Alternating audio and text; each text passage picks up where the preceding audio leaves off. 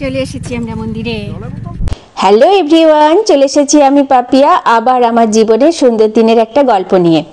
যারা জানেন তারা তো জানেনই, যারা জানেন না তাদের বলি, আমি পাপিয়া দুর্গাপুর ওয়েস্ট বেঙ্গল থেকে আবারও চলে এসেছি আমার জীবনের সুন্দর দিনের একটা গল্প নিয়ে।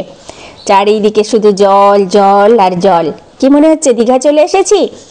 আসলে কিন্তু এটা দীঘা না, এটা হলো ময়নার মিনি দীঘা। আর ওই দূরে দেখা যাচ্ছে মন্দির। কোন মন্দির, কি মন্দির কেউ বলতে পারবেন কি? এইটা হলো ময়নার বিখ্যাত অন্নপূর্ণা মন্দির। ময়নার লোকজন এই মন্দিরকে ভীষণ রকম জাগ্রত মনে করে। এখন আপনারা ভাবছেন নিশ্চয়ই যে আমি ময়নাতে কি করছি। কর্মসূত্রে দুর্গাপুরে থাকি বটে, কিন্তু আমার বাপের বাড়ি শ্বশুর বাড়ি সবই কিন্তু ময়নাতেই। একটা বিশেষ কাজে বাপের বাড়ি গিয়েছিলাম কিছুদিন আগেই, আর এই মন্দিরটাতেও গিয়েছিলাম খুবই প্রয়োজনীয় একটা কাজে। কি কাজে গিয়েছিলাম সেটা কিন্তু আমি এই ভিডিওতে বলছি না, অন্য আরেকটা ভিডিওতে বলবো। আপাতত এই মন্দিরটা আপনাদেরকে দেখাই। এইটা হলো মন্দিরের গেট। এই গেটটাও কিন্তু খুব সুন্দর দেখতে। আর গেট দিয়ে ঢুকে যাই, চলুন দেখাই আপনাদেরকে আমাদের ময়নার অন্নপূর্ণা মন্দির কেমন সুন্দর। ছোটর উপরে বেশ সুন্দর কিন্তু মন্দিরটা, দেখলেই আপনারা বুঝতে পারবেন। রাস্তার একদম পাশাপাশি হচ্ছে মন্দিরের গেট।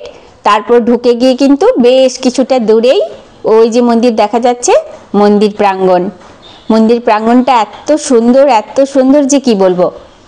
আমরা সেদিন সকালবেলা গিয়েছিলাম, এত ভালো লাগছিল। চতুর্দিক খুব সাজানো গোছানো আর বেশ সুন্দর। দেখুন আলপনা আঁকা আছে, আর মাঝখানটাতে এই যে চাতাল করে দিয়েছে পুরোটাই। আর তারপরে মাঝখানে কিন্তু গোল করে দেখুন কি সুন্দর করে ফুল গাছ লাগিয়েছে শীতের। কত কত ফুল গাছ লাগিয়েছে দেখুন। আর মাঝে একটা ফোয়ারাও আছে।